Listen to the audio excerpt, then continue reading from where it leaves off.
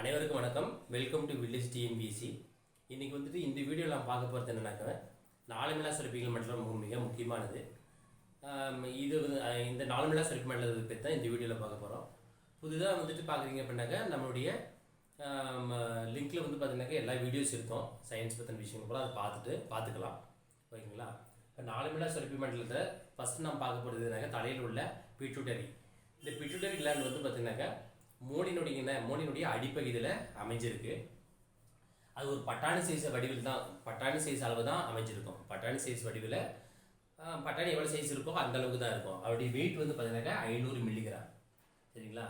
பிட்யூட்டரினுடைய எடை வந்து 500 மில்லிகிராம். பட்டாணி வடிவில் அமைஞ்சிருக்கக்கூடியது மோனினுடைய அடிப்பகுதியில். இது என்ன பண்ணாக்க வந்துட்டு பிட்யூட்டரி 2 கதுப்புகளை கொண்டது, 2 பார்ட்டாக இருக்குது. ஒன்று முன் கதுப்புன்னு சொல்லக்கூடியது அடினோ ஹைப்போபைசிஸ், அது ஒரு 6 ஹார்மோன் செக்ரேஷன் ஆகும். பின் கதுப்பு வந்து நியூரோ ஹைப்போபைசிஸ், அது 2 ஹார்மோன் செக்ரேஷன் ஆகும். சரிங்களா?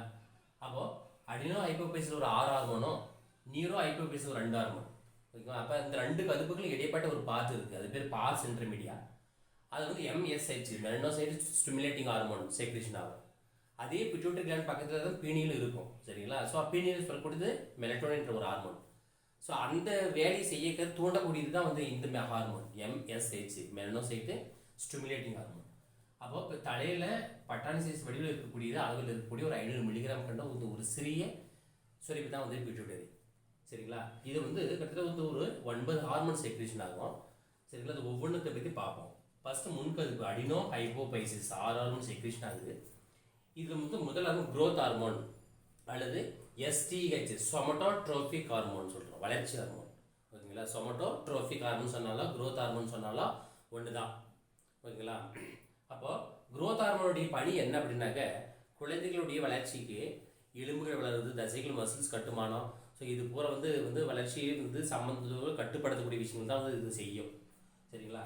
அப்போ குழந்தைகளுக்கு இந்த வளர்ச்சி ஹார்மோன் வந்துட்டு குறைவாக சுரந்தால் அது கொள்ளத்தன்மை, அது பேர் மிட்ஜெட்னு சொல்லுவாங்க. அதே போல் குழந்தைகளுக்கு இந்த வளர்ச்சி ஹார்மோன் வந்து அதிகமாக சுரந்தால் அசுரத்தன்மை. ஓகேங்களா? இப்போ வளர்ச்சி ஹார்மோன் குரோத் ஹார்மோன் சொமட்டோட்ரோபிக்னு சொமேட்டிக் செல்கள்னு சொல்லுவாங்க, உடலை செல்கள்னு சொல்லுவாங்க. சொமேட்டிக் செல்கள் வந்து செல் பகுப்பில் கூட பார்ப்போம் நம்ம, மைட்டஸ் செல் பிரதில் எங்கே நடைபெறுது, சொமேட்டிக் செல்கள் உடலை செல்கள் நடக்கக்கூடியது இல்லைங்களா? அது சொமட்டோன்னாக்க உடலை செல்கள். அந்த உடலை செல்கள் உள்ள உடல் செல்கள் வந்து நன்கு வளர்ச்சி அடையணும். சரிங்களா? குழந்தை பிறந்ததுலேருந்து ஒரு 10 வயசு வருதுனாக்க 10 வயசுக்கு முன்னே வளர்ச்சி இருக்கணும். அதனுடைய தசைகள் வளர்வு, எலும்புகள் கட்டுமானம், ஓகேவா, இதெல்லாம் இருக்கணும். அதெல்லாம் இருந்தால் தான் வந்துட்டு அது வளர்ச்சி. ஸோ அது வந்து கட்டுப்படுத்தக்கூடியது தான் இந்த குரோத் ஹார்மோன். குழந்தைகளுக்கு குறைவாக சொல்றதா கொள்ளத்தன்மை மிட்ஜெட்டு, அதே குழந்தைகளுக்கு அதிகமாக சொல்றதா அசுரத்தன்மை. அதே போல் பெரியவர்கள் அடல்ட்டு இந்த வளர்ச்சி ஹார்மோன் அதிகமாக சுரந்தா அதுக்கு பேர் அக்ரோமெகலி. அக்ரோமெகலின்னா என்னன்னாக்க கை கால் தாடை பகுதிகளெல்லாம் வந்துட்டு அபரிமிதமான வளர்ச்சி வந்து வெயிட் அதிகமாகும். எலும்புகளில் வந்துட்டு அதிகமான அளவு வந்து டெபாசிட் அதிகமாகும், கால்சியம், அப்போ எடை கூடுதலாகும். சரிங்களா? ஸோ இதுதான் வந்துட்டு குரோத் ஹார்மோன், முதல் ஹார்மோன். ரெண்டாவது பாருங்க, தைராய்டு ஸ்டிமுலேட்டிங் ஹார்மோன், தைராய்டை தூண்டக்கூடிய ஹார்மோன். அப்போ தைராய்டுடைய வந்து கிளாண்டுடைய சுரப்பினுடைய வளர்ச்சியை கட்டுப்படுத்துறது இந்த ஹார்மோன். தைராய்டு ஸ்டிமுலேட் பண்ணுறது, ஆக்டிவேட் பண்ணுறது, அவ்வளோதான். ஹார்மோன்கள் எல்லாமே வந்து பார்த்தீங்கன்னா வந்துட்டு ஒரு வினை நடக்குதுனாக்க கெமிக்கல் பயோ கெமிக்கல் ரியாக்ஷன் மூலமாக தான், மெட்டபாலிசம் இருக்குதுங்களா, மெட்டபாலிசம் மூலமாக தான் வந்து எல்லா வினையும் நடந்துட்டு இருக்குது. அந்த வினைகளை வந்து ஊக்குவிக்கக்கூடிய விஷயங்கள் எல்லாமே இதுதான். அது கட்டுப்படுத்தக்கூடியது. இது ப்ராப்பராக நீ இது செய்யணும், இது செய்யலைன்னா இந்த மாதிரி வினைகள் வந்துடும், ப்ராப்ளம் வந்துடும் சொல்லிட்டு ஆர்டர் பண்ணக்கூடியது தான் இந்த ஹார்மோன்கள் எல்லாமே. அப்போது தைராய்டு சுரப்பினுடைய வளர்ச்சியை கட்டுப்படுத்துது. அது மட்டும் இல்லாமல் ஹார்மோன் சுரத்தில் வந்துட்டு ஒருங்கிணைக்குது, கோஆர்டினேஷன். ஓகேவா? ஹார்மோன்கள் சுரத்தில் வந்து ஒருங்கிணைக்கக்கூடியதுனாக்க வந்து தைராய்டு ஸ்டிமுலேட்டிங் ஹார்மோன் TSH. அடுத்து மூன்றாவது ஹார்மோன் பாருங்க, அட்ரினோ கார்டிகோட்ரோபிக் ஹார்மோன், அட்ரினலை தோண்டக்கூடிய ஹார்மோன். இப்போ அட்ரினலை தோண்டக்கூடிய ஹார்மோன்ல அட்ரினலை பற்றி நம்ம தனியாக விரிவாக பார்க்கலாம். சரிங்களா? இப்போ பிட்யூட்டரி பற்றி நம்ம பார்த்துட்டு இருக்கோம். அப்போ அட்ரினலை தோண்டக்கூடிய ஹார்மோன். அடுத்து நான்காவது பாருங்க, புது புக்கில் வந்துட்டு 5 ஹார்மோன் கொடுத்துருப்பாங்க. 6 ஹார்மோன் இருக்குது. ஏன்னா வந்து GTHனாக்க பழைய புத்தகத்தில் 6 ஹார்மோன் விரிவாக கொடுத்துருப்பாங்க. இது விரிவாக தான் இருக்குது. பொதுவாக அது என்ன, GTHனா gonadotropic hormone, FSH follicle stimulating hormone மற்றும் லூட்டினேசிங் ஹார்மோன். இது ரெண்டு தனித்தனியாக கொடுத்துருப்பாங்க பழைய புத்தகத்தில். இது புது புத்தகத்தில் GTHோட சேர்த்து கொடுத்துருக்காங்க, ரெண்டு ஒன்று தான். சரிங்களா? அப்போ பாருங்க, கொனடோட்ரோபிக் ஹார்மோன்னாக்க ஃபாலிக்கல் ஸ்டிமுலேட்டிங் ஹார்மோன் அப்படின்னாக்க ஆண்களில் சரி, விந்தகத்தில் விந்து உற்பத்தி பண்ணிவிடும், அதான் ஃபாலிக்கல். சரிங்களா, ஃபாலிக்கல் எபித்திலி செல்கள் என்ன பண்ணாக்கா ஆண்களில் விந்தகத்தில் வந்து டெஸ்டிஸில் விந்துவே உற்பத்தி பண்ணுறது, அது பண்ணவே ஃபாலிக்கல் ஸ்டிமுலேட்டிங் ஹார்மோன். பெண்களில் வந்து பார்த்தீங்கன்னாக்கா அண்டத்தை உருவாக்குவது. சரிங்களா, அண்டத்தை உருவாக்குறது அது வந்து FSH. ஆண்களில் விந்து உருவாக்கம், பெண்களில் அண்ட உருவாக்கம், அது செய்யக்கூடியது FSH, follicle stimulating hormone. Luteinizing hormone என்னன்னாக்க ஆண்களில் லீடிங் செல்கள்னு சொல்லக்கூடிய செல்களானது லீடிங் செல்கள். இந்த செல் என்ன பண்ணும் அப்படின்னாக்க ஆண் இனப்பெருக்க ஹார்மோனான டெஸ்டோஸ்டெரானை ப்ரொடியூஸ் பண்ணும். இது ஏன் ஒன்றாக கொடுத்துருக்கா சொல்லியிருக்கேன். இது விரிவாக நம்ம ரீப்ரொடக்டிவ் சிஸ்டம் பார்ப்போம். சரிங்களா, இது ஏன் ஒன்றா ஒரே இது கொடுத்துருக்காங்க சொல்ல வர டிஃப்ரென்ஸ் தெரிஞ்சுக்கிறதா இங்கே சொல்கிறேன். FSH ஃபாலிக்கல் ஸ்டிமுலேட்டிங் ஹார்மோன் ஆண்களில் விந்து உற்பத்தி, பெண்களில் அண்ட உற்பத்தி. சரிங்களா, LH லூட்டினைசிங் ஹார்மோன் என்னன்னாக்க ஹார்மோன்கள் உற்பத்தி. இப்போ ஆண்கள் லீடிங் செல் என்ன பண்ணாக்கா டெஸ்டோஸ்டெரானை வந்து ப்ரொடியூஸ் பண்ணுவோம். ஆண்ட்ரோஜன் ஹார்மோன் இருக்கிற டெஸ்டோஸ்டெரான் ப்ரொடியூஸ் பண்ணி விந்து உருவாகி விந்து பையில் போய் சேமிக்கும். சரிங்களா, அப்போ இந்த ஹார்மோன் உற்பத்தி லூட்டினைசிங் ஹார்மோன். பெண்களில் கிராஃபின் ஃபாலிக்கல் இருக்கீங்களா, கிராஃபின் ஃபாலிக்கல் மூலமாக அண்டம் விடுபடக்கூடிய அந்த நிகழ்வுகளை மெயின்டைன் பண்ணக்கூடியது இந்த லூட்டினைசிங் ஹார்மோன்.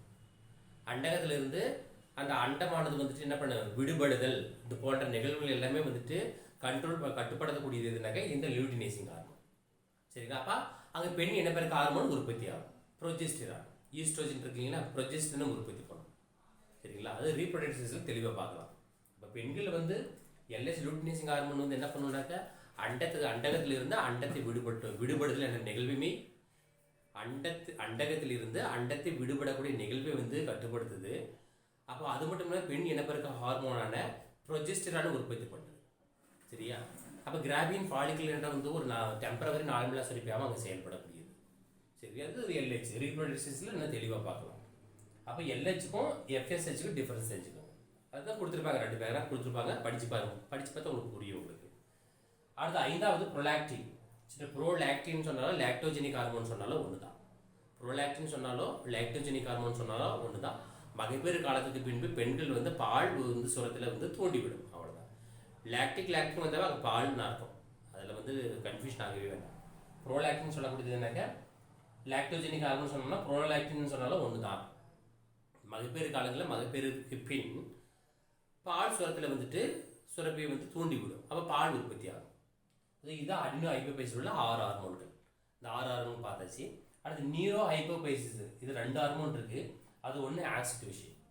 ஆக்சிடோசின் என்ற ஹார்மோன் எதுனாக்க பெண்கள் மகப்பேறு காலங்களில் கருப்பையை சுருங்க செய்து, சரிங்களா, அந்த மகப்பேறு வந்து துரிதப்படுத்தும், வேகப்படுத்தும். நார்மல் டெலிவரி பண்ணுறது அந்த வேகப்படுத்தக்கூடியது.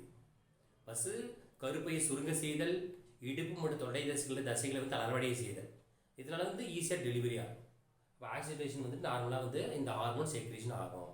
ஹாஸ்பிட்டல் போய் டெலிவரிக்காக அட்டன் பண்ணானாக்கவே நார்மல் டெலிவரி ஆகணும்னாக்கா என்ன பண்ணுவாங்க, அந்த வேகத்தை அதிகப்படுத்துக்க ஆக்சிடேஷன் இன்ஜெக்ஷன் போட்டுருவாங்க, நார்மல் டெலிவரி ஆகும். அப்படி இருந்தும் டெலிவரி ஆகாத பட்சத்தில் சிசேரியன் பண்ணுறாங்க. உடம்புல சுத்தமாக ஆக்சிடேஷன் செக்ரேஷன் ஆகணுனாக்கா சிசேரியன்.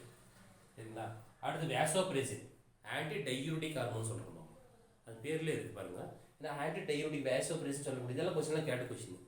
சரிங்களா, ஆன்டி டையூரிட்டிக் ஹார்மோன் என்னென்னா மனித உடம்பில் உள்ள நம்ம மனித உடம்பு பார்த்திங்கனால் குழாய்கள், ரத்த குழாய்களை சுருங்க செய்து பிளட் ப்ரெஷரை அதிகப்படுத்துது. ஒரு பணி வேசோப்ரெசினுடைய பணி. சரிங்களா, ஏடிஹெச்னுடைய பணி மனித உடம்பில் உள்ள ரத்த குழாய்களை சுருங்க செய்து ரத்த அழுத்தத்தை அதிகப்படுத்துதல், ஃபர்ஸ்ட் பாயிண்ட். 2வது, ரத்தத்தில் உள்ள நீரை மீண்டும் உறிஞ்சி செய்தல், மீண்டும் உறிஞ்சி திரும்ப ரத்தத்துக்குள்ள அனுப்பும். சரிங்களா, அதுபடி பிறகுதான் இந்த அடர்த்தியான குறைவான சிறுநீரகத்தை நம்ம கழிக்கிறோம். சரிங்களா, அப்போ இந்த ஹார்மோன் குறைவான ஏற்படக்கூடியது என்னன்னாக்க டயாபெட்டிஸ் இன்சிபிட்டஸ்.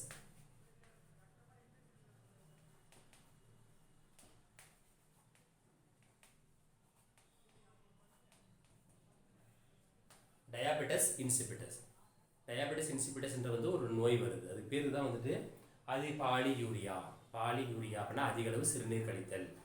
அப்போ அதிக அளவு சிறுநீர் கழிக்கிறோம் அப்படின்னாக்க வந்துட்டு அதிக அளவு தாகம் எடுக்க ஆரம்பிக்கும். ஓகேவா, அப்போ தாகம் எடுத்ததுன்னா அது பேர் வந்து அதிகமாக வந்து தண்ணீர் குடிப்பாங்க, பாலிடிப்சியா.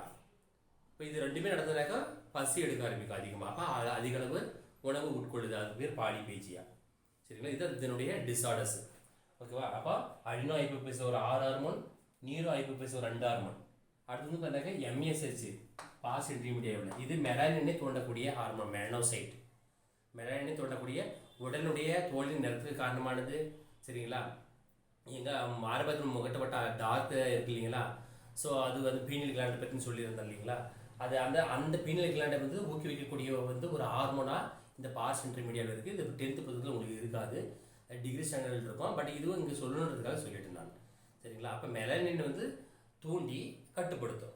மெலானின் ரொம்ப இம்பார்ட்டன்ட் இல்லையா. இப்போ இந்தியர்கள் எல்லாம் இருக்கிறோம் அப்படின்னாக்கா ஆங்கிலேய, அதாவது இப்போ வெள்ளைக்காரர்கள் கம்பேர் பண்ணும்போது அவங்களுக்கு நமக்கு டிஃப்ரென்ஸ் இருக்கும் தோலில். அவங்க உடம்புல சுத்தமாகவே மெலானின் இருக்கவே இருக்காது. சரிங்களா, அப்போ நம்ம உடம்புல மெலானின் இருக்குது.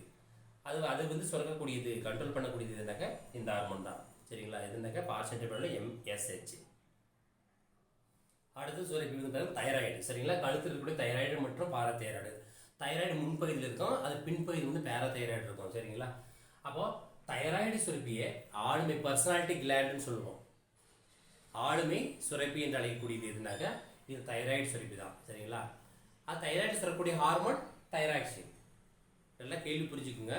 பர்சனாலிட்டி ஆளுமை ஹார்மோன் சொன்னாக்க தைராக்சின் போடணும், ஆளுமை சுரப்பின்னு பார்த்தா தைராய்டு போடணும். அது வந்து இப்போ கொஸ்டின் தெளிவாக படிச்சுட்டு தான் நம்ம ஆன்சர் வந்துட்டு முடிவு பண்ணணும். ஓகேங்களா, ஹார்மோனை தைராய்டில் சுரக்கக்கூடிய ஹார்மோன் தைராக்சின், T4. டெட்ராய்டோ தைராய்டுன்னு சொல்கிறக்கூடிய. சரிங்களா, அப்போ அந்த தைராய்டில் வந்துட்டு சுரக்கக்கூடியது தைராக்சின் என்ற ஹார்மோன். இப்போ இது எதனால் ஆனது அப்படின்னாக்க இந்த தைராய்டு சுரப்பியும் பாராதைராய்டு சுரப்பியும் இஸ்துமஸ்ன்ற ஒரு மெல்லிய தசைநார்களால் அந்த தொண்டை குரல் இருக்கு இல்லைங்களா, அங்கே ஒட்டிட்டு இருக்கும். ஓகேங்களா, அதோட இணைக்கப்பட்டிருக்கும். இப்போ என்ன பண்ணாக்க வந்து இந்த தைராய்டு வந்து எதனால் ஆக்கப்பட்டிருக்கு, ஓகே, தைராய்டு வந்து எதனால் ஆனது அப்படின்னாக்க டைரோசின் என்ற ஒரு அமினோ அமிலமும் அயோடினும் சேர்ந்தது. ஓகேவா, ரெண்டும் சேர்ந்தது தான். அயோடின் வந்து 65% இந்த கொஸ்டின் கேட்டது. குரூப் 1 கேட்டிருக்காங்க, குரூப் 1 குரூப் 2 கேட்டிருக்காங்க. தைராய்டு சுரப்பில் வந்து உள்ள தைராக்சினில் வந்து எவ்வளோ சதவிகிதம் வந்து அயோடின் காணப்படுது அப்படி கேட்டிருக்காங்க. டைரோசின் என்ற அமினோ அமிலமும் 65% விழுக்காடு அயோடின் சேர்ந்தது தான் இந்த தைராய்டு. சரிங்களா, அப்போ இந்த தைராய்டில் சொல்லக்கூடிய இந்த ஹார்மோன்கள் 2 வகையாக இருக்குது. T3 ட்ரை அயோடோ டைரோடின், ஓகேவா, அது ஒரு ஹார்மோனும். T4 டெட்ரா அயோடோ டைரோடின், இதான் வந்து தைராக்சின் நம்ம சொல்கிறோம். இப்போ தைராக்சின் வந்து எதனால் ஆனது அப்படின்னாக்க டைரோடின் என்ற ஒரு அமினோ அமிலமும் ப்ளஸ் அயோடின் சேர்ந்தது. அப்போ அந்த அயோடின் குறைவினால் ஏற்படக்கூடியது இந்த முன்கழுத்து கடலை, சிலிய காய்டர், சிம்பிள் காய்டர்னு சொல்கிறோம். அது குழந்தைகளுக்கு குறைவாக சுரந்தாக்க என்ன ப்ராப்ளம், பெரியவர்களுக்கு குறைந்தா என்ன ப்ராப்ளம். இதனுடைய பணி என்ன அப்படின்னாக்க ஒரு குழந்தையினுடைய ப்ராப்பர் வளர்ச்சி, மெட்டபாலிச வளர்ச்சி கண்ட்ரோல் பண்ணக்கூடியது. எலும்புகள் கட்டுமானம், தசைகள் கட்டுமானம், ஓகேங்களா, இதெல்லாம் செய்யக்கூடியது. சரிங்களா, சுறுசுறுப்பாக ஆக்டிவாக இருப்பாங்க. ஓகேவா, இது இந்த ஹார்மோன் ப்ராப்பராக செக்ரிஷன் ஆனால் தான் வந்துட்டு பிளட் ரத்த சுழற்சிக்கும் மிக முக்கியமானது. சரிங்களா, எல்லா மினரல்ஸுமே தேவையானது. அயோடினும் ஒரு மினரல்ஸ். பொட்டாசியம், பாஸ்பரஸ், இரும்பு, குளோரின், சோடியம், இதெல்லாம் மினரல்ஸ். நம்ம வந்து ஊட்டச்சத்து ஒரு தலைப்பு நம்ம பார்ப்போம். நம்ம ஊட்டச்சத்து இருக்குது, உடல்லாம் ஊட்டச்சத்து இருக்குது. சரிங்களா, உணவியல், அந்த உணவியல் வந்து நம்ம பார்ப்போம். ஓகேவா, மினரல்ஸ் அனைத்துமே magnesium, calcium, phosphorus, potassium, sodium, chloride, இரும்பு, அயோடின், இது எல்லாமே இந்த மினரல்ஸ். ஸோ இந்த மினரல்ஸ் வராமல் நம்ம பார்ப்போம். அப்போ வந்து என்ன பண்ணாக்க இந்த T3 ட்ரையோடோ தைரோனின், டெட்ராயோடோ தைரோனின் ஞாபகம் வச்சுக்கோங்க. தைராய்டோடைய இன்னொரு பேர். டெட்ரானா 4, 3னா 1, டைனா 2, ட்ரைனாக 3, டெட்ரானா 4, பென்டானா 5. சரிங்களா, இது வந்து 10 வரையில் இருக்குது. சரிங்களா, சயின்ஸ் வேர்டு. அப்போ இந்த தைராக்சின் ஹார்மோன் குறைவாக சுரந்தால் அதுக்கு பேர் ஹைப்போதைராய்டிசம். தைராக்சின் ஹார்மோன் குறைவாக சுரந்தாக்க அது ஹைப்போதைராய்டிசம். அந்த ஹைப்போதைராய்டிசம் வந்து குழந்தைகளுக்கு குறைவாக சுரந்தால் அந்த நோய்க்கு பேர் கிரிட்டினிசம். பெரியவங்களுக்கு குறைவாக சுரந்தால் அதுக்கு பேர் மிக்சிடிமா. சரி, இந்த புத்தகத்தை எடுத்து பார்த்துட்டு அது ஒரு பேராகிராஃப் கொடுத்துருப்பாங்க, நிறைய வரலாறு கொடுத்துருப்பாங்க, அதை படிக்க பார்க்கலாம். உடல் வளர்ச்சி குறைவு, எலும்பு கட்டுமானம் வந்து குறைவு, தசைகள் ப்ராப்ளம், சோர்வாக இருக்கிறது, இந்த மாதிரி விஷயங்கள் போனால் அது வரும். நமக்கு அதெல்லாம் தேவையில்லை. தைராக்சின் ஹார்மோன் வந்து குறைவாக சுரந்தாக்க குழந்தைகளுக்கு வரக்கூடிய நோய் பேர் கிரிட்டினிசம், பெரியவங்களுக்கு மிக்சிடிமா. சரிங்களா, அதே போல் வந்து பார்த்தீங்கன்னாக்க இந்த தைராக்சின் ஹார்மோன் வந்துட்டு அதிகமாக சுரந்தால் அது பேர் ஹைப்பர் தைராய்டிசம். சரிங்களா, ஹைப்பர் தைராய்டிசம் அது பேர் வந்து எக்ஸாப்தால்மிக் ஆகிட்டுன்னு நம்ம சொல்கிறோம். எக்ஸாப்தால்மிக் ஆகிட்டுனாக்க அவங்களுக்கு சிம்டம்ஸ் எப்படி இருந்தாக்க துருத்திய கண்கள் சொல்லுவாங்க, மொட்டை கண்ணாக இருக்கும், விழி பிதுங்கி விழுற மாதிரி இருக்கும், பாடி டெம்பரேச்சர் அதிகமாகும், நம்ம உடம்பு மறைமுகமாக எல்லா விஷயங்களும் பாடி டெம்பரேச்சர் வந்து கண்ட்ரோல் பண்ணுறது, பிளட் ப்ரெஷர் கண்ட்ரோல் பண்ணுறக்கூடியது, வளர்ச்சி மெட்டபாலிசம் வந்து பங்கு பெறக்கூடியது எல்லாமே ஈடுபடும் இந்த தைராய்டு கிளாண்டு. ஓகேவா? இந்த தைராய்டு சுரப்பி வந்து எல்லாத்துலேயுமே மிக மிக முக்கியமானது. இந்த கொஸ்டின்ஸ் எல்லாம் கேட்டே இருப்பாங்க. மறைமுகமாக மனிதனுடைய உடம்புல மறைமுகமாக வளர்ச்சி மாற்றத்தில் வந்து பங்கு பெறக்கூடியது. சரிங்களா? வளர்ச்சியை வந்து எலும்பு கட்டுமானம், தசைகள் கட்டுமானம். தசைகள் கட்டுமானம்னா புரோட்டீன் வந்து சிந்தசிஸ்ன்னு அர்த்தம். Protein metabolism. ஸோ வந்து நம்ம உடல் முழுவதும் தசைகளால் ஆக்கப்பட்டிருக்கு. தசைகள் முழுவதுமே புரதத்தால் ஆனது. சரிங்களா? அப்போ வந்து பாடி டெம்பரேச்சர், உடல் வெப்பநிலை கட்டுப்படுத்துறதுல மறைமுகம் வந்து செயல்படுது. உடல் வெப்பநிலை கட்டுப்படுத்தக்கூடியதுனாக்கா எந்த பகுதினாக்கா உடம்புனாக்கா ஹைபோதலாமஸ் பார்ட். ஓகேங்களா? அது ஒரு ரத்தமும் வந்து உடல் வெப்பநிலை மெயின்டைன் பண்ணக்கூடிய விஷயங்கள் தான். வியர்வை சுரப்பிகளும் இந்த உடல் வந்து பாடி டெம்பரேச்சரை வந்து கண்ட்ரோல் பண்ணக்கூடியது. உடல் வெளிப்புறம் பூரா வந்து ஹார்ட்டாக சூடு அதிகமாக இருக்கும், வெப்பம் அதிகமாக இருந்து நம்ம உடல் குளிர்வாக இருந்தால் என்ன பண்ணோம், உடனடியாக வேர்த்து கொட்டும் நமக்கு. அப்போ என்ன பண்ணோம், உடல் வந்து அந்த நார்மல் கண்டிஷன் கொண்டு வரும். அந்த டெம்பரேச்சருக்கு இந்த டெம்பரேச்சர் நியூட்ரல் ஆகிறதுக்காக. சரிங்களா? ஸோ இது போல் அந்த மறைமுகமாக அது கண்ட்ரோல் பண்ணக்கூடியது எதுனாக்கா அந்த தைராக்சின் ஹார்மோன் தான். ஸோ அதனால தான் வந்து ஒரு பர்சனாலிட்டின்னு சொல்கிறோம்னா, பர்சனாலிட்டின்னு என்ன, ஒரு 20 வயது வந்து ஒரு ஆண்மகன் இருக்கானா பெண் இருந்தானாக்கா அந்த வயதுக்குரிய உடல் வாக்கு அமைப்பு கட்டுப்படுத்தக்கூடியது, அந்த அந்த கட்டுமானத்தை கொடுக்கக்கூடியது இந்த தைராக்சின் ஹார்மோன். அதான் பர்சனாலிட்டின்னு சொல்கிறோம். பார்க்குறதா அழகாக இருக்கும்னு சொல்ல, அழகுன்றதோட அந்த வயதுக்கு உண்டான உடல் வாக்கு அமைப்பு அது கொடுக்கக்கூடியது. அது மட்டும் கொடுக்கக்கூடாது, உடம்புல எல்லா விஷயங்களும் கண்ட்ரோல் பண்ணக்கூடியது இதுதான். இப்போ ஆண்களுக்கு கம்பேர் பண்ணும்போது பெண்கள் வந்து இந்த தைராய்டு குறைபாடுனால அதிகமாக அஃபெக்ட் ஆகுவாங்க. பெண்களுக்கு தான் அதிக அளவு தைராய்டு குறைபாடுகள் வரும், ஆண்களுக்கு அப்படி ஒன்றும் வருவதில்லை. சரிங்களா? அதுக்கடுத்து இந்த தைராய்டு வந்து குறைபாடு ஏற்படக்கூடிய நோய் தான் எளிய காய்டர்னு சொல்கிறோம், முன்கழுத்து கலை நோயின்னு சொல்கிறோம். இப்படி சொன்னால் சிம்பிள் காய்டர், முன்கழுத்து கலை நோய். கழுத்தில் வந்து அந்த தைராய்டு செல்வி வீங்கி போயிடும். அந்த வீங்கிக்கூடிய நிலைக்கு பேர் தான் அது சொல்கிறோம். சரிங்களா? இதில் வந்து இப்போது இந்த நோய்கள் வந்துடுச்சு, இந்த வந்துட்ட பிறகு அப்போ என்ன செய்கிறாங்க அப்படின்னாக்க, இந்த பாராதைராய்டில் சொல்லக்கூடிய ஹார்மோன் பாராதார்மோன். சரியா? இப்போது இதுக்கு தேவையான மெடிசன் ட்ரீட்மெண்ட் கொடுப்பாங்க. அப்படி இருந்து என்ன பண்ணா, இந்த தைராய்டு ப்ராப்ளம் வரும்போது அந்த தைராய்டை வந்துட்டு ஆப்ரேட் பண்ணி எடுத்துருவாங்க. சரிங்களா? அது வந்து தைராய்டு தெரப்பின்னு சொல்லுவாங்க. சரிங்களா? அதனால வந்து இந்த தைராய்டு ரிமூவ் பண்ணி எடுத்துடுறாங்க. அந்த மாதிரி ஆப்ரேஷன் எல்லாம் நடக்கும். தைராய்டு கேன்சர்லாம் கூட வரும். ஸோ அவங்களுக்கு வந்து அந்த தைராய்டு மட்டும் கட் பண்ணி என்ன பண்ணுவாங்க, ரிமூவ் பண்ணிடுவாங்க. அப்போ அந்த தைராக்சின் ஹார்மோனை முதல்ல என்ன பண்ணாங்கனாக்கா படிக முறையில் வந்து பிரித்து எடுத்தவர், கண்டறிந்தவர். தைராய்டு ஹார்மோனை முதல்ல வந்துட்டு கிறிஸ்டல் தலைப்பில் அந்த நிலையில் வந்துட்டு என்ன பண்ணாப்புல பிரித்து எடுத்தாப்புல. அவர் யாருன்னா எட்வர்ட் ஜி கண்டல். இந்த புது புக்கில் கொடுத்துருக்காங்க, இதெல்லாம் நோட் பண்ணிக்கோங்க, இதெல்லாம் கேட்கறதுக்கு வாய்ப்பு இருக்குது. தைராக்சின் ஹார்மோனை முதல்ல படிக முறையில் பிரித்து எடுத்தவர் யார் அப்படின்னா எட்வர்ட் ஜி கண்டல், 1914. அதோடு மட்டும் இல்லாமல் இந்த தைராக்சின் ஹார்மோனுடைய மாலிகுலர் ஸ்ட்ரக்சர் அமைப்பு, மூலக்கூறு அமைப்பு எப்படி இருக்குன்னு வந்து கண்டறிஞ்சாங்க. அதாவது தைராக்சின் ஹார்மோனுடைய மூலக்கூறு அமைப்பை கண்டறிந்தவர்கள் முதல்ல யாருனாக்க 1927 ஹாரிங்டன் மற்றும் ஜார்ஜ் பார்டன்ற 2 பேரும் வந்துட்டு கண்டறிஞ்சாங்க. சரியா? தைராக்சினுடைய மாலிகுலர் ஸ்ட்ரக்சர், மூலக்கூறு அமைப்பு, அது இவங்க கண்டுபிடிச்சாங்க. சரிங்களா? இவர் என்ன பண்ணாருனாக்க அந்த தைராக்சின் ஹார்மோனை வந்து படிக்க முறையில் பிரித்து எடுத்தாப்புல. இதுதான் தைராய்டு பற்றின விஷயம். உங்களுக்கு ஒரு பேர் 2 பேஜ் ஒரு பேஜ் கொடுத்துருப்பாங்க. அதில் முக்கியமான இம்பார்ட்டன்ட் விஷயங்கள் இதுதான். நம்ம இது மட்டும் நோட் பண்ணிக்கினாவே புரிஞ்சுக்கிட்டா போதும். அடுத்தது வந்து பார்த்தீங்கன்னா அதில் நம்ம அன்றாடம் நம்ம மனித உடலுக்கு அன்றாடம் எடுத்துக்கொள்ளக்கூடிய அயோடின் அளவு எவ்வளோன்னு கேட்டிருக்காங்க. ஸோ தைராக்சின் ஹார்மோனில் 65% அயோடின் இருக்குன்னு சொல்லிட்டு, அப்போ அன்றாடம் நம்ம அயோடின் எடுத்துக்கிறோம் இல்லையா? அப்போ நம்ம இப்போ வந்து உப்புல தான் அயோடைஸ் சால்ட்னு சொல்கிறோம், அதுபோல் அதுதான் எடுத்துக்க முடியும். நம்ம மற்ற வந்துட்டு காய்கறிகள் எல்லாம் வந்துட்டு கீரை வகைகளில் வந்து அயோடின் எல்லாம் இருக்குது, மினரல்ஸு. இப்போ அன்றாடம் வந்துட்டு இது பாருங்க 120 மைக்ரோகிராம் அன்றாடம் தேவைப்படுது நமக்கு. 120 மைக்ரோகிராம் ஞாபகம் வச்சுக்கணும். மைக்ரோகிராம் அளவுக்கு அன்றாடம் நம்ம அயோடினை எடுத்துக்கிறோம், இது ஞாபகம் வச்சுக்கணும். அடுத்து வந்து பார்த்தீங்கன்னாக்கா மார்பில் இருக்கக்கூடிய நாளமில்லா சுரப்பி தைமஸ் பற்றி ஒரு 2 விஷயம் மட்டும் ஞாபகம் வச்சுக்கோங்க, வேறு ஒன்றுமே கிடையாது. ஒன்று என்னன்னாக்கா இந்த தைமஸ் கிளாண்டுடைய பணி என்னன்னாக்கா லிம்போசைட்டை உற்பத்தி பண்ணுறது, அது வேறுபாடு அடைய வைக்கிறது, அவ்வளோதான். சரிங்களா? லிம்போசைட்டாக மாற்ற முடியும், லிம்போசைட்டில் உருவாக்குறது. அதோடைய பணி என்னன்னாக்கா நோய் தடை காப்பு மண்டலமாக செயல்பாட்டை வந்து தூண்டிவிடும். Immune power system of the human body, மனித உடம்புல நோய் தடை காப்பு மண்டலமாக செயல்பட அந்த செயலை வந்து தூண்டிவிடும் இது. ஓகேவா? அப்போ உயிர்களை வந்து நோய் தொற்றிலிருந்து காப்பாற்றுறது. ஓகேங்களா? அது மட்டும் ஞாபகம் போதுமானது. தைமஸ் கிளாண்டு பொறுத்தவரை அதுதான் கொடுத்துருக்காங்க பாருங்கள். ஓகேவா? அது நிறைய விஷயங்கள் ஒன்றும் இதயத்துக்கு மேலே வந்துட்டு நெடுநீர் முடிச்சுக்கிறா ஒரு பஞ்சு போல் அமைஞ்சிருக்கும். நோய் தொற்றுலேருந்து காப்பாற்றுறது, லிம்போசைட்டை உற்பத்தி பண்ணுது, அது வேறுபாடு அடைய வைக்குது. இந்த 3 பாயிண்ட் தான் இருக்கும். சரிங்களா? அதுக்கடுத்து வந்து வயிற்று பகுதியில் கணையம். கணையம் வந்து லாங்கர்ஹான்ட் தான் வந்து பார்த்தீங்கன்னா நாளமில்லா சுரப்பியாக செயல்படக்கூடிய ஒரு பகுதி. கணையம் வந்து பேன்க்ரியாஸ் வந்து இறைப்பைக்கு கீழே இலை வடிவில் அமைஞ்சிருக்கக்கூடிய வந்து ஒரு ஆர்கன், ஒரு உறுப்பு. அது வந்து எப்படி இருக்குன்னா இலை வடிவில் அடர் சிவப்பு நிறத்தில் அமைஞ்சிருக்கும். இது என்ன பண்ணும் அப்படின்னாக்க இந்த லாங்கர்ஹான்ட் வந்து பார்த்தீங்கன்னா தான் நாளமில்லா சுரப்பியாக செயல்படக்கூடிய ஒரு பகுதி. அப்போது இந்த கணையத்தில் லாங்கர்ஹான்ட் வந்து ஆல்பா பீட்டான்ற வந்து 2 செல்கள் காணப்படுது. இந்த ஆல்பா செல் குளுகான் என்ற ஒரு ஹார்மோனை செக்ரீஷன் பண்ணுது. சரியா?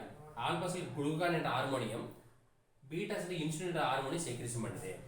அப்போ ஆல்பா செல் வந்துட்டு குளுகான் என்ற ஹார்மோன் வந்து அது பேர் வந்து ஹைப்பர் கிளைசிமிக் ஹார்மோன். மனித உடம்புல ரத்தத்தில் வந்து சர்க்கரை அளவை அதிகப்படுத்தக்கூடியது. இப்போ அதிகம்னாக்கா ஹைப்பர் சொல்லிட்டு இருக்கோம் இல்லையா? ஹைப்பர்னா ஹைப்பர் கிளைசிமிக் ஹார்மோன் சொல்கிறோம். ரத்த சர்க்கரை அளவு அதிகப்படுத்தும். இன்சுலின் வந்து ரத்தத்தினுடைய சர்க்கரை அளவு கட்டுப்படுத்தும். அப்போ குறைக்கும் நார்மல் ஸ்டேஜில் வச்சுக்கும். குளுகான் நார்மல் ரேஞ்ச் கொண்டு போகும். சப்போஸ் வந்து உடம்புல வந்து சுகர் லெவல் கம்மியாக போயிடுது. சுகர் லெவல் தெரியல 80 to 120 mg/dL. அப்போ இன்னும் 80க்கு கம்மியாக 50 அந்த மாதிரி சுகர் லோ சுகரெல்லாம் போச்சுன்னா என்ன பண்ணோம்? குளுகான் ஹார்மோன் வந்து செக்ரீஷன் பண்ணி எங்கெல்லாம் கிளைக்கோஜனை ஸ்டோரேஜ் பண்ணுறதுக்கு லிவர் தசைகள் இருக்கோ அங்கே அதை உடைச்சி குளுக்கோஸாக மாற்றி ரத்தத்தில் சர்க்கரை அளவை அதிகப்படுத்திவிடும். ஓகேங்களா? இது அதிகப்படுத்தும், இது குறைக்கும்.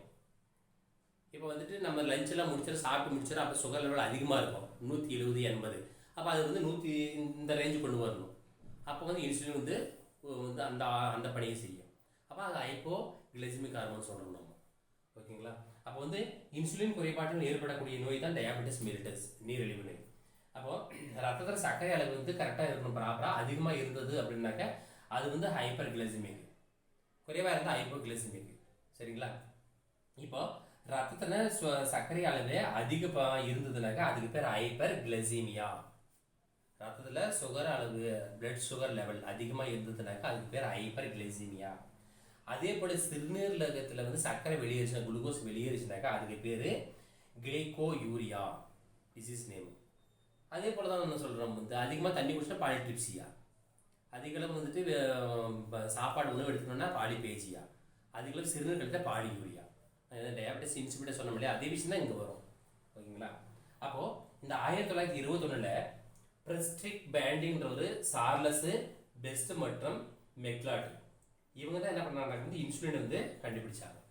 இன்சுலின் வந்துட்டு 1921 இன்சுலின் வந்து இந்த டயாபெட்டிஸ் மிலிட்டஸுக்கு தேவையான அந்த இன்சுலின் வந்து கண்டறிஞ்சவங்க இவங்க 3 பேர். ஃப்ரெட்ரிக் பேண்டிங், சார்லஸ் பெஸ்ட் மற்றும் மெக்லாட் 1921. அதுக்கு அடுத்த ஆண்டில் 1922 ஜனவரி 11 முதல்ல வந்துட்டு இந்த டயாபெட்டிஸ் மெலிட்டஸ்க்கு வந்துட்டு இன்சுலின் வந்து மருந்து வந்து பயன்படுத்தப்பட்டது. அது ஒரு கட்டம் கட்டி கொடுத்துருக்காங்க, பார்த்துக்குங்க. இதை வந்து 1921 கண்டுபிடிச்சாங்க. 1922 ஜனவரி 11 அன்னைக்கு முதல்ல அவங்க என்ன பண்ணாங்க, பயன்படுத்தினா அந்த நோய்க்கு அந்த சர்க்கரை வியாதி இன்சுலின் பயன்படுத்தப்பட்டது ஜனவரி 11 1922. அடுத்து புரியுதுங்களா? இது ஞாபகம் வச்சுக்கோங்க. இது வந்து பார்த்தீங்கன்னா வந்து கடையத்தை பற்றின விஷயங்கள். ரத்தத்தில் சர்க்கரை அளவு குறைஞ்சதுனாக்கா அப்போ வந்து குளுகான் செக்ரீஷன் ஆகி ஆல்பா செல்ல இருந்து சர்க்கரை அளவு அதிகப்படுத்தி விடும். எங்கெல்லாம் கிளைகோஸ் ஸ்டோரேஜ் ஆயிருக்கோ அதை உடைச்சி குளுக்கோஸாக மாற்றி ரத்தத்தில் சர்க்கரை அளவு அதிகப்படுத்தும். அதனால் அது ஹைப்பர் கிளைசீமிக் ஹார்மோன். எப்பெல்லாம் வந்து சுகர் அளவு அதிகமாக இருக்குதோ, ரத்த சர்க்கரை அளவு அதிகமாக இருக்குதோ அப்போ என்ன பண்ணணும்னாக்க இன்சுலின் செக்ரீஷன் ஆகும் பீட்டா செல்ல. அப்போ இன்சுலின் செக்ரீஷன் ஆகும்போது ரத்தத்தில் வந்து பார்த்தீங்கன்னா வந்து சர்க்கரை அளவு அதிகமாக இருக்கும், கிளைகோஜனாக மாற்றி கல்லீரல் மற்றும் தசைகளை போய் சேவ் பண்ணி வைக்கும். சரிங்களா? ஸ்டோரேஜ் பண்ணி வைக்கும். அப்போ ரத்தத்தில் வந்து சர்க்கரை அளவு அதிகமாகவே போயிட்டே இருந்ததுனாக்க அப்போ இன்சுலின் ப்ராப்பராக செக்ரீஷன் ஆகலன்னு அர்த்தம். அதனால் வரக்கூடாது டயாபெட்டிஸ் மெலிட்டஸ். சரிங்களா? அப்போ கணையம் வந்து பார்த்தீங்கன்னாக்க நாளமுள்ள சுரப்பியாகவும் செயல்படும், நாளமில்லா சுரப்பியாகவும் செயல்படும். நாளமுள்ள சுரப்பிகளை சுரக்கக்கூடியது எல்லாமே நொதிகள். அப்போ அதில் வந்து உணவு செரிமானம் தேவையான நொதிகளை வந்து இந்த கணைய நீர் சுரக்குது. நாளமில்லா சுரப்பியாக செயல்படக்கூடிய பகுதி லாங்கர்ஹான்ட். ஞாபகம் வச்சுக்கணும், லாங்கர்ஹான்ட் தான் நாளமில்லா சுரப்பியாக செயல்படக்கூடிய பகுதி. சரிங்களா? அந்த பகுதி தான் வந்துட்டு கணையத்தில் இருக்கக்கூடிய நாளமில்லா சுரப்பியாக செயல்படக்கூடிய பகுதி. ரெண்டும் வந்து டிஃபரன்ஸ் தெரிஞ்சுக்கணும். அடுத்த சுரப்பி அட்ரினல். இந்த அட்ரினல் வந்து சுப்பீரியர் கிளாண்டுன்னு சொல்கிறோம். அட்ரினல் வந்து சுப்பீரியர் கிளாண்டுன்னு சொல்கிறோம். இந்த அட்ரினல் வந்துட்டு சிறுநீரகத்துக்கு மேற்பகுதியில் ஒரு தொப்பி கேப்பை போல் அமைஞ்சிருக்கும். அப்போ வந்துட்டு இது வந்து தொப்பி சுரப்பின்னு கூட சொல்கிறாங்க. ஓகேவா? இது 2 சிறுநீரகம் இருக்கும் நம்முடைய முதுகு தண்டுவடத்தில்.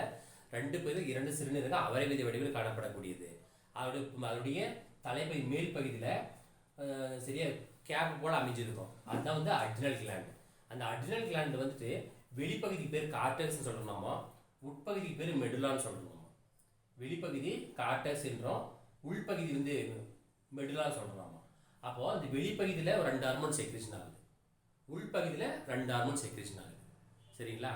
அப்போது அந்த கார்டெக்ஸ் வெளிப்பகுதியில் வந்து 3 வகையான செல்கள்னால வந்து ஆக்கப்பட்டிருக்கு. நல்லா புரிஞ்சுக்கோங்க. அட்ரினல் கிளாண்டில் வெளிப்புற பகுதியில் 3 வகையான செல்களால் வந்துட்டு இந்த கார்டெக்ஸ் பகுதி வந்து உருவாகி இருக்கு. அந்த 3 வகையான செல்கள் தான் சோனா குளோமருலேசா, சோனா பேசிகுலேட்டா, சோனா ரெடிகுலாரிஸ். இந்த 3 வகையான செல்களால் ஆனதான் வந்துட்டு கார்டெக்ஸ் பகுதி. சரிங்களா? அப்போ அந்த கார்டெக்ஸ் பகுதியில் வந்து பார்த்தா 3 வகையான செல்களால் ஆனது இந்த கார்டெக்ஸ் பகுதி. அட்ரினல் உள்ள புறப்பகுதி எத்தனை வகையான செல்களால் ஆனது? 3 வகையான செல்களால் ஆனது. அந்த 3 வகையான செல்களால் சேர்ந்தது தான் அது கார்டெக்ஸ் பார்ட். அந்த கார்டெக்ஸ் பகுதி, அந்த கார்டெக்ஸ் வந்து எந்த செல்கள்னா சோனா குளோமருலேசா, சோனா பேசிகுலேட்டா, சோனா ரெடிகுலாரிஸ். இந்த 3 வகை செல்களானது கார்டெக்ஸ் பார்ட். இப்போ அங்கே சுரக்கக்கூடிய ஹார்மோன்கள் 2 வகையான ஹார்மோன்கள். சரிங்களா? இது ஒன்று குளுக்கோ கார்டிகாய்டு, இன்னொன்று மினரலோ கார்டிகாய்டு. சரிங்களா? Mineralo corticoid. இந்த குளுக்கோ கார்டிகாய்டினுடைய பணி என்ன அப்படின்னு சொல்லும்போது குளுக்கோஸ் மற்ற வளர்ச்சிதை மாற்றத்தில் பங்கு பெறக்கூடியது. குளுக்கோஸ் வளர்ச்சிதை மாற்றத்தில் குளுக்கோ கார்டிகாய்டு பங்கு பெறும். எப்படி அப்படின்னாக்க கல்லீரலில் ஸ்டோரேஜ் பண்ணி வச்சுருந்தா அந்த கிளைகோஜனை உடைச்சி குளுக்கோஸாக மாற்றி அதிகப்படுத்தி விடும். சரிங்களா? அதான் குளுக்கோ கார்டிகாய்டு சொல்லணும். மினரலோ கார்டிகாய்டு சொன்னதில் வந்து பார்த்தீங்கன்னாக்க இந்த ஆல்டோஸ்டெரான் வந்துட்டு ஒரு பார்ட் இருக்குது. அந்த ஆல்டோஸ்டெரான் ஒரு ஹார்மோன் செக்ரேஷன் பண்ணோம். மினரலோ கார்டிகாய்டு தாது உப்புகள் வளர்ச்சிதை மாற்றம், அதாவது மினரலோ மெட்டபாலிசத்தில் வந்து பங்கு பெறக்கூடியது. நம்ம உடம்புக்கு வந்து நிறைய மினரல்ஸ் தேவைப்படுது. குளோரின், பாஸ்பரஸ், அயோடின், பொட்டாசியம் முதல்ல தேவைப்படுது இல்லைங்களா? அப்போது அது போல் உள்ளதை வந்துட்டு ஆல்டோஸ்டெரான் ஹார்மோன் செக்ரேஷன் பண்ணும். சரிங்களா? இது என்ன பண்ணும் அப்படின்னாக்க நம்ம உடம்புல வந்துட்டு சோடியத்தை மீண்டும் உங்கள் உடலுக்கு திருப்பி அனுப்பிச்சிடும். அதுக்கப்புறம் பாஸ்பரஸை வெளியேற்றக்கூடியது. சரி, இந்த பணிகளெல்லாம் வந்துட்டு இந்த ஆல்டோஸ்டெரான் பண்ணும். சரிங்களா? அப்போ அட்ரினலில் வந்துட்டு கார்டெக்ஸ் பகுதியில் சுரக்கக்கூடியது 2 ஹார்மோனு. அந்த 2 hormone இதுனாக்க gluco corticoid, mineralo corticoid. அப்போ அந்த கார்டெக்ஸ் பகுதி வந்து 3 வகையான செல்களால் ஆனது. சோனா குளோமருலேசா, சோனா பேசிகுலேட்டா, சோனா ரெடிகுலாரிஸ். இது 3 வகையான செல்களால் ஆனது கார்டெக்ஸ் பகுதி. அந்த அட்ரினுடைய புறப்பகுதி எந்த செல்களால் ஆனது? இந்த 3 செல்களால் ஆனது. சரிங்களா? அது சொல்லக்கூடிய கார்டிசோல். பொதுவாக இது 2மே கார்டிசோல்னு சொல்லுவாங்க. சரிங்களா? இது வந்து மனித உயிரிலும் மிக முக்கியமானது. சரிங்களா? உடலில் வந்து அதிர்ச்சியிலேருந்து காப்பாற்றக்கூடியது. டென்ஷன், பிளட் ப்ரெஷரு, அந்த ஹெவி வந்துட்டு என்ன சொல்கிறோம், டெம்பரேச்சர் அதிகமாக, இந்த மாதிரி விஷயம் பூரா ஒழுங்குபடுத்தக்கூடியது கார்டிசோல். அதனால தான் அது வந்து உயிர் காக்கும் ஹார்மோன் அப்படின்னு நம்ம சொல்லணும். உயிர் காக்கும் ஹார்மோன் சொல்லக்கூடியதுனாக்கா அதுதான். அடுத்து அந்த அட்ரினலில் வந்து மெடுலா பார்ட் இருக்கு இல்லையா? அந்த மெடுலா பார்ட்டில் சொல்லக்கூடியது அட்ரினலி, அதாவது எபினெப்ரின்னு சொல்லுவாங்க. இன்னொன்று வந்து நார் அட்ரினலின், நார் எபினெப்ரின்னு சொல்லக்கூடியது. 2 ஹார்மோன் செக்ரேஷன் ஆகும். இது பொதுவாகவே அட்ரினலின் சொல்லுவாங்க. அட்ரினலில் சொல்லக்கூடிய ஹார்மோன் அட்ரினலின், பறக்கும் ஹார்மோன். சரிங்களா? அது அவசரகால ஹார்மோன் அப்படின்லாம் சொல்லக்கூடியது இதுதான். சரிங்களா? அப்போ இந்த ஹார்மோன் வந்துட்டு மனித உடம்பு வந்துட்டு நார்மலான கண்டிஷன் வச்சுக்கூடியது ஹார்மோன் தான் இது. பறக்கும் ஹார்மோன், பயமுறுத்தும் ஹார்மோன், அதுக்கப்புறம் அவசரகால ஹார்மோன், ரோமங்கள் குத்திட்டு நிற்பதற்கு காரணமான ஹார்மோன், எப்படின்னா சொல்லலாம். சரிங்களா? பயமுறுத்தும் ஹார்மோன், பறக்கும் ஹார்மோன், அவசரகால ஹார்மோன் சொல்லக்கூடியது இதுதான். இதனுடைய பணி என்ன அப்படின்னாக்க சண்டையிடக்கூடிய ஹார்மோன் சொல்லுவோம். ஓகேவா? இது வேணும்னு சொல்லலாம். இது என்ன பண்ணுனாக்க கல்லீரலில் வந்து ஸ்டோரேஜ் பண்ணி வச்சுருந்த அந்த கிளைகோஜனை குளுக்கோஸாக மாற்றி ரத்தத்தில் அதிகப்படுத்தி விடும். வேகமாக ரன்னிங் ஓடுறோம், நிறைய கலோரி எரிக்கப்படுது, அப்படின்னா குளுக்கோஸ் வேணும். அப்போ என்ன பண்ணும்? அந்த ஹார்மோன் செக்ரேஷன் ஆகும். அப்போ கல்லீரலில் தசைகள் உள்ள வந்து அந்த கிளைகோஜன் எல்லாம் வந்து கரைச்சி குளுக்கோஸாக மாற்றி ரத்தத்தில் வந்து அதிகப்படுத்திடும். சரிங்களா? அந்த பணி செய்யும். அப்போ வந்து ஹார்ட் பீட், இதய துடிப்பு அதிகப்படுத்தும், ரத்த அழுத்தத்தை அதிகப்படுத்தி விடுது. சரிங்களா? அப்போ சுவாசம் வேதத்தையும் அதிகப்படுத்தும். லங்ஸு வந்து ரெஸ்பிரேஷன், உட்சுவாசம் வெளிசுவாசம் இருக்கக்கூடிய அதனுடைய அளவும் வந்து என்ன பண்ணும்? இது அதிகப்படுத்தும் இந்த ஹார்மோன். கண் பார்வை விரிவடை செய்யுது. பார்க்க சப்போஸ் பயமாக இருந்தது, நமக்கு ஒரு விஷயம் நடக்குது அப்படின்னாக்கா ரொம்ப கேர்ஃபுல்லாக வந்து அந்த விஷயத்தை வந்து ஒத்து பார்ப்போம். நம்ம அந்த டைமில் தான், மற்ற டைம் நார்மலாக இருக்கும். பயம் வருது, டென்ஷன் ஆகிறோம், பிபி அதிகமாகுது. அந்த டைம் என்ன பண்ணுவோம், நம்ம அந்த கண் பார்வையை கூட எனக்கு விரிவடைய செய்யும். ரொம்ப உன்னிப்பாக கவனிப்போம் நம்ம அந்த டைமில். சரிங்களா? ஸோ அந்த விஷயம். அதுக்கப்புறம் தோலுக்கு அடியில் செல்லக்கூடிய ரத்தம் ஓட்டத்தை வந்து குறைக்கும். நம்ம ஸ்கின்னுக்கு அடியில் வந்து ரத்த ஓட்டம் போயிட்டு இருக்கோம் சரிகள்ல, அதில் வந்து செல்லக்கூடிய அளவு வந்து குறைக்கும். சரிங்களா? அது மாதிரி வந்து டென்ஷனாக இருக்கும்போது சப்போஸ் அடிபட்டுருது அப்படின்னாக்கா ரத்தமானது குறைவாக போனால் பிறகு அந்த ரத்தமானது வந்து குறைவாக போனால் பிரச்சனை இல்லை. இது அசுத்த ரத்தம். நல்ல ரத்தம் வந்து போயிடக்கூடாது இல்லையா? ஸோ அதனால் வந்து தோலுக்கு அடியில் உள்ள அந்த ரத்த ஓட்டத்தை வந்து குறைக்க செய்யுது. ரத்த ஓட்டத்தை குறைக்கும். ஸோ இதுதான் வந்து அப்போ கார்டிசோல் பார்த்தா வந்து உயிர் காக்கும் ஹார்மோன் சொல்கிறோமா. மிடில் உள்ளது அட்ரினலின். இது வந்து பார்த்தீங்கன்னா அவசர கால ஹார்மோன், பறக்கும் ஹார்மோன், சண்டையிடும் ஹார்மோன், ஓகேங்களா? இதெல்லாம் சொல்லலாம். ரோமங்கள் குத்தி நிற்பதற்கு காரணமான ஹார்மோன் இந்த அட்ரினலின். ஓகேங்களா? அது ஞாபகம் வச்சுக்கோங்க. ஸோ இந்த வீடியோவில் வந்து நம்ம வந்து நாளமில்லா சுரப்பிகளில் இன்னும் ஒன்று இருக்குது இல்லைங்களா? இன்னொன்று என்ன இருக்குது அப்படின்னாக்க வந்துட்டு ரீப்ரொடக்டிவ் சிஸ்டம், விந்தகம் மற்றும் மண்டகம். அது தனி ஒரு வீடியோவில் பார்க்கலாம். இந்த நாளமில்லா சுரப்பிகள் வந்து பொறுத்த வரையும் இந்த வீடியோ பார்த்தீங்கன்னாக்கா உடனடியாக அந்த 10வது புத்தகம் நியூ புக்கு ஓல்டு புக்கில் இருக்குது. ஓகேங்களா? அதை எடுத்து வந்து ஒரு முறை படித்து பாருங்கள். அப்போ தான் வந்து இது உங்களுக்கு ஞாபகத்துக்கு வரும். நம்ம சொன்ன பாயிண்ட் பூரா உங்களுக்கு எல்லாம் வந்து இருக்கா, அதாவது வந்து உங்களுக்கு புரிஞ்சிருக்கா, அந்த விஷயத்தை நோட் பண்ணுங்கள். ஒரு நோட்டில் எடுத்து எழுதுனாக்கா ரொம்ப வசதியாக இருக்கும். உங்களுக்கு எக்ஸாமுக்கு ஒரு வினா நம்மகிட்ட 1.5 மார்க் இருக்குன்னு அர்த்தம். இந்த வீடியோ பார்த்தோன்னா 1.5 மார்க் நம்ம கையில் இருக்குன்னு அர்த்தம். கண்டிப்பாக ஒரு வினா வரும். ஸோ அதனால் இந்த வீடியோ வந்து பார்த்துட்டு உங்களுக்கு பிடிச்சிருந்தால் லைக் பண்ணுங்கள், ஷேர் பண்ணுங்கள், கமெண்ட் பண்ணுங்கள். சரிங்களா? கூடவே வந்து புதுசாக வந்துட்டு சப்ஸ்கிரைப் பண்ணுங்கள். கூடயே பெல் ஐக்கானே கிளிக் பண்ணிடுங்க. ஆல் விஷயம் நோட்டிஃபிகேஷன் அவங்க வந்துகிட்டே இருக்கும். அது மட்டும் இல்லை, டிஸ்கிரிப்ஷனில் வந்துட்டு புதுசாக வரானாக்கா அந்த டிஸ்கிரிப்ஷனில் டெலிகாம் லிங்க் வந்து கொடுத்துருப்போம். அது வந்து நீங்கள் வந்து ஜாயின் பண்ணிக்கலாம். அது பார்த்துக்குங்க. சரிங்களா? இந்த வீடியோ இதோட நிறுத்திக்குவோம். லாஸ்ட் ஒன்று இருக்குது. இன்னொன்று எனக்கு ரீப்ரொடக்டிவ் சிஸ்டம், விந்தகம் மற்றும் அண்டகம். அது கொஞ்சம் டீப்பாகவே பார்ப்போம். நம்ம அடுத்த வீடியோவில் சந்திப்போம். நன்றி, வணக்கம்.